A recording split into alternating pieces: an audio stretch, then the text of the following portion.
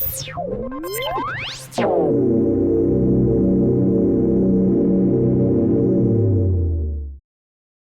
is your weekly report on corruption in the Philippine government.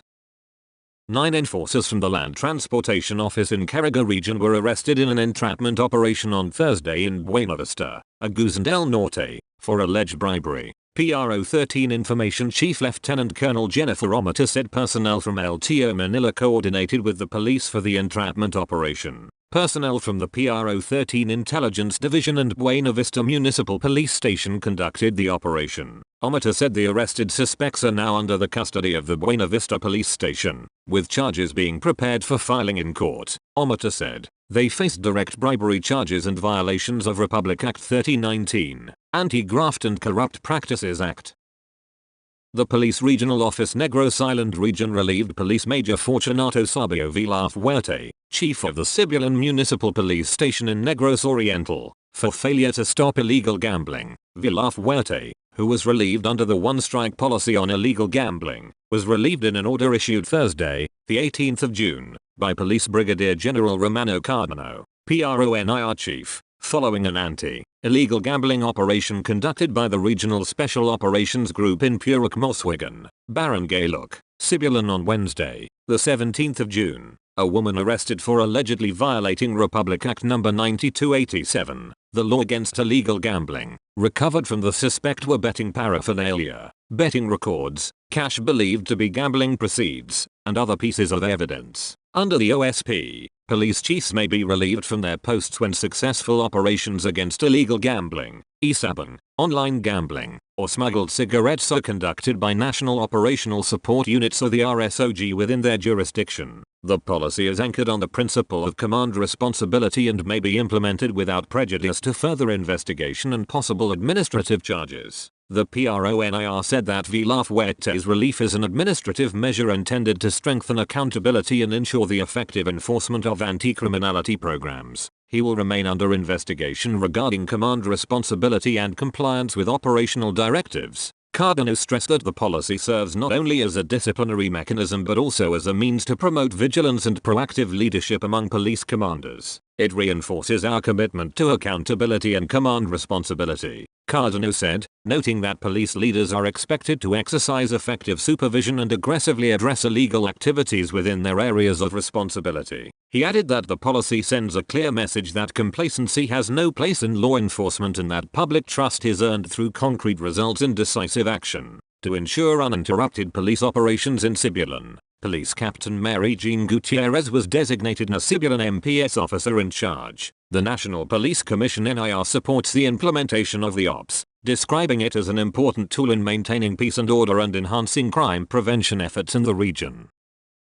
A police officer assigned to the Police Regional Office 5 was arrested in an entrapment operation on Thursday, the 18th of June, for allegedly extorting money from an applicant. Police Lieutenant Colonel Malu Kalubakwib, spokesperson of PRO 5, said that the suspect was arrested inside Camp General Simeon Olahir by the Regional Intelligence Unit 5, the Regional Intelligence Division Tracker Team, which served as the lead unit, and the Legazpi City Police Station. Kalubakwib said the suspect is a 40-year-old police officer assigned to the Regional Medical Unit 5. He was apprehended after receiving the 38,000 pesos boodle money from the complainant. The suspect asked the amount from the applicant in exchange for passing the medical phase of the Philippine National Police recruitment process. Kalubakwib said the victim sought the assistance of the police who conducted intelligence and surveillance activities. The suspect was brought to a hospital in Legazpi City for medical examination before he was turned over to the Legazpi City Police Station for documentation and proper disposition.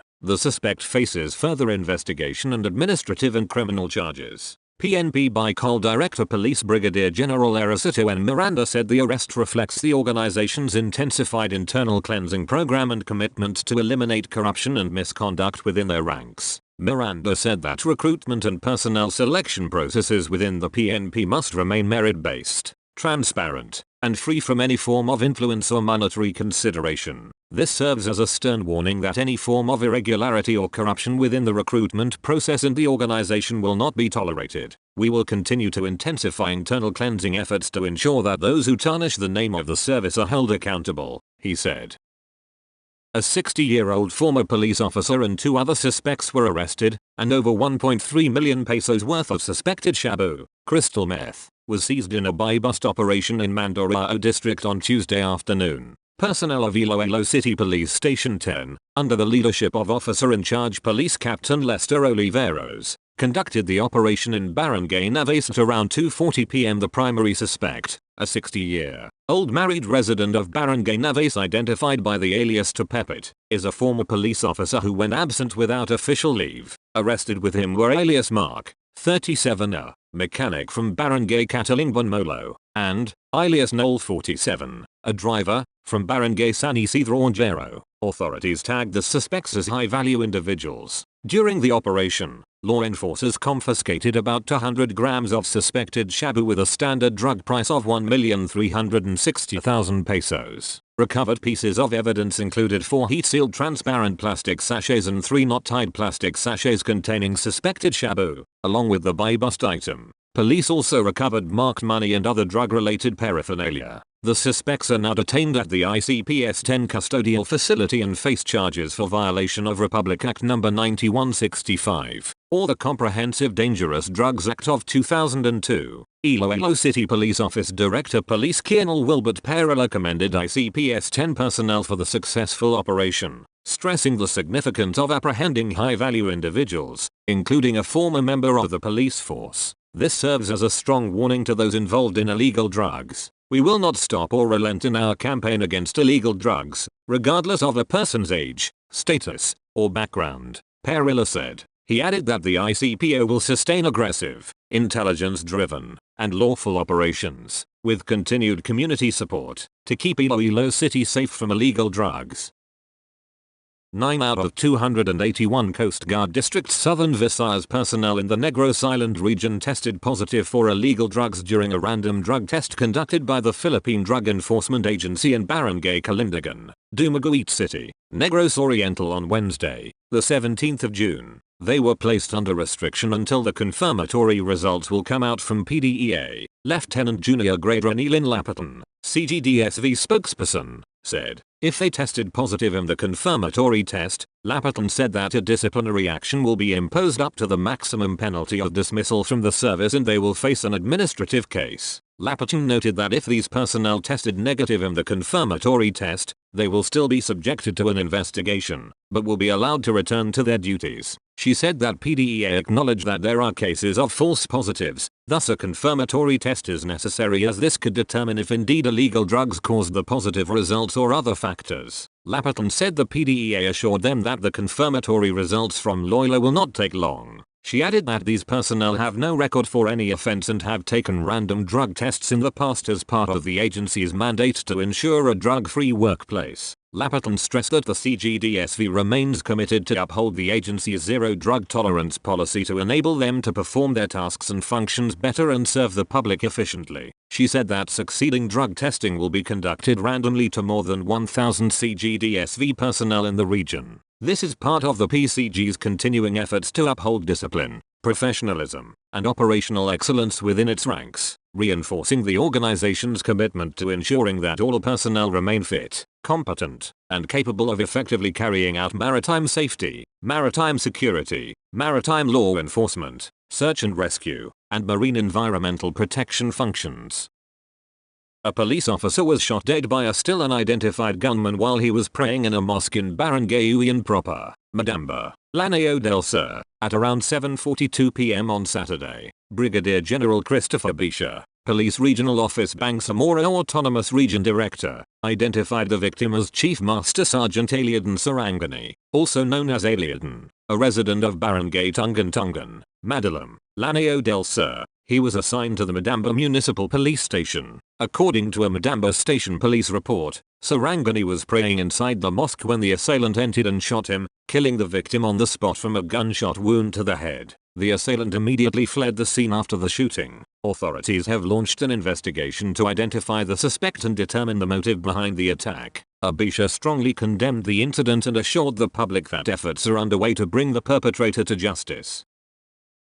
The Office of the Ombudsman has elevated its case against suspended Manglanilla Mayor Rajiv Enad, Vice Mayor Elenito Peña, and 11 other municipal officials after formally filing graft charges before a Cebu court over their denial of a quarry rehabilitation plan. In a press release issued on Monday, the 22nd of June, the Ombudsman said it found probable cause to charge Enid Peña, 10 members of the Sangguniang Bayan, and Municipal Administrator Junrica Squijo Bragat with a violation of Section 3(e) of Republic Act No. 3019, or the Anti-Graft and Corrupt Practices Act. The criminal case, filed before the Regional Trial Court in Naga City, Cebu, stemmed from the local government's repeated refusal to approve a rehabilitation plan covering an area in Sitio Napo, Barangay Guindarahan, Manglanilla. Charged alongside Enid and Peña were councillors Oscar Canas de la Calzada Jr., Samuel Gordson Adlawn Jr., Jesus de Noyo Velez, Jeremiah Slanos Canas, Jamie Secretaria Cormoran,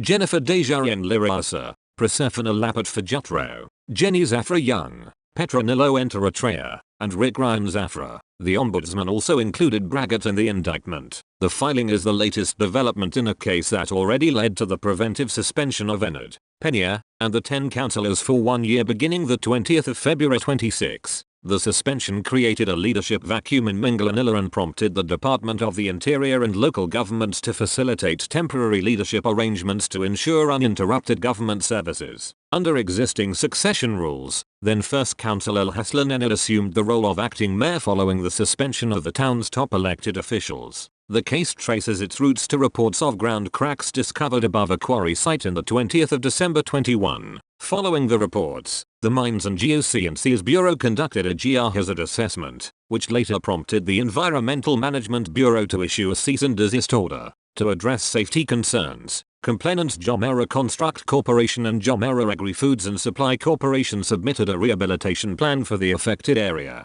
According to the Ombudsman, the proposal received support and technical recommendations from the MGB, EMB, and the Provincial Environment and Natural Resources Office. Despite those endorsements, the municipality of Manglanilla repeatedly refused to approve the plan. The Sangguniang Bayan eventually passed resolutions denying both the rehabilitation proposal and the complainant's applications for a special waste disposal permit. In its resolution, the Ombudsman said the respondents acted with evident bad faith, manifest partiality, or gross inexcusable negligence when they rejected the rehabilitation plan despite the Department of Environment and Natural Resources' partial lifting of the cease and desist order to allow its implementation. The anti-graft body also faulted the officials for allegedly disregarding technical findings and recommendations from government experts. Not only did the respondents reject the recommendations of the DENR, but they also deliberately ignored the findings and recommendations of the PNRO, MGB, and the Sangguniang Barangay of Guindarahan,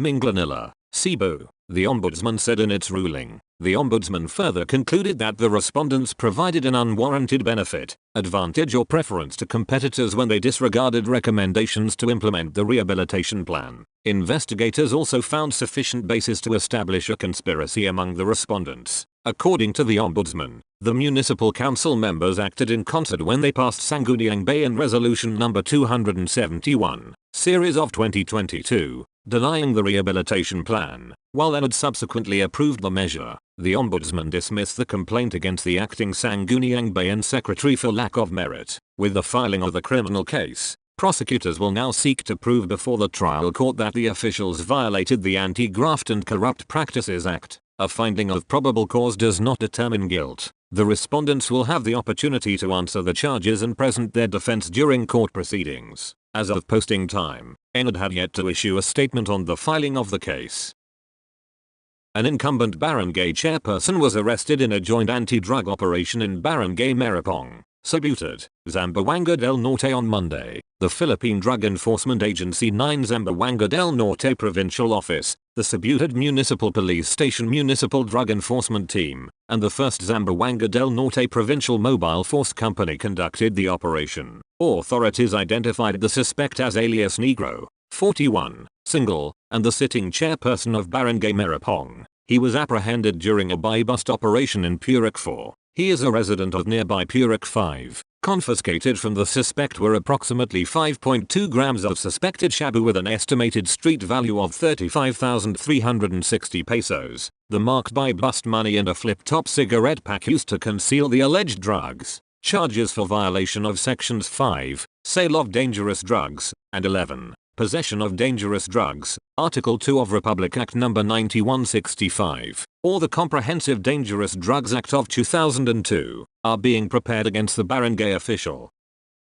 The Misamis Occidental Police Provincial Office has launched an investigation into a viral video showing a police officer allegedly mishandling and pointing his firearm at a civilian in Barangay Antipolo, Dapitan City, on Sunday night. A video shared with the Inquirer showed the police officer pointing his gun and asking a man if he knew who he was and if they were friends. The police officer also threatened to fire his gun at the man. The incident occurred outside a store. Colonel Reynaldo Maclang, MOCPPO Director, confirmed that the officer assigned to the Sapang Dalaga Municipal Police Station has been relieved from his post and placed under restrictive custody at the provincial headquarters. He has also been disarmed pending the outcome of the probe. Maclang stressed that the provincial office does not tolerate misconduct, abuse of authority, or irresponsible handling of firearms. The ongoing investigation will determine the circumstances surrounding the incident, and appropriate administrative and criminal charges will be imposed against personnel found to have violated existing laws, rules, and regulations, he said.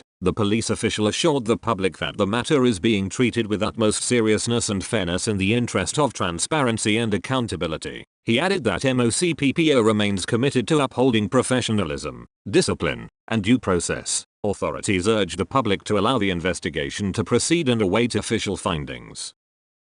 The Office of the Ombudsman has filed 2 separate graft charges against Bourbon, Cebu Vice Mayor Noel Datilas before the Regional Trial Court in Bogo City over the unauthorized release of a municipal anniversary bonus in 2019 and the contracting of his wife as municipal health officer in 2024 when he was still municipal mayor. The Ombudsman denied the motion for reconsideration filed by Datilas and Municipal Budget Officer Teresita Cabahug and affirmed its earlier finding of probable cause to prosecute the officials. One of the cases stemmed from the release of a 570,000 pesos anniversary bonus to municipal employees in 2019 without an appropriation from the Sangguniang Bayan. Datilas and Cabahug argued that the absence of an appropriation for the anniversary bonus was merely a procedural lapse and did not automatically constitute graft. They maintained that the bonus was approved and processed in good faith, believing it was lawful and beneficial to municipal employees. However, the Ombudsman was not persuaded and upheld its earlier ruling. With no appropriation to support the subject disbursement, the municipality of Bourbon suffered undue injury in the amount of 570,000 pesos as this sum was never supposed to be disbursed as an anniversary bonus. Simply put, the municipal government had no budget for an anniversary bonus, but respondents' movements authorized its grant anyway, the ruling said.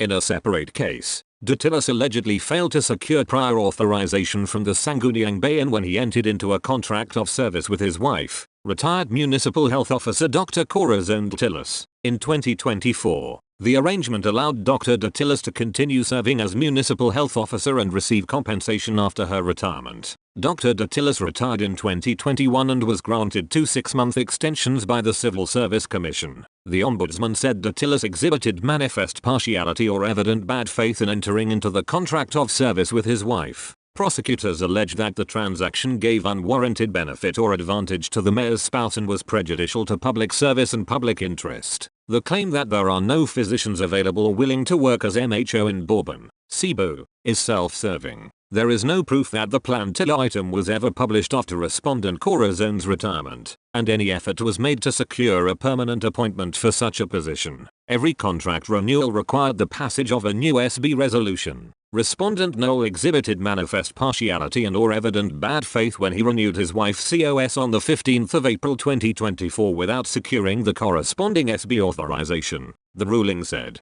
The Ombudsman recommended bail of 90,000 pesos for each charge.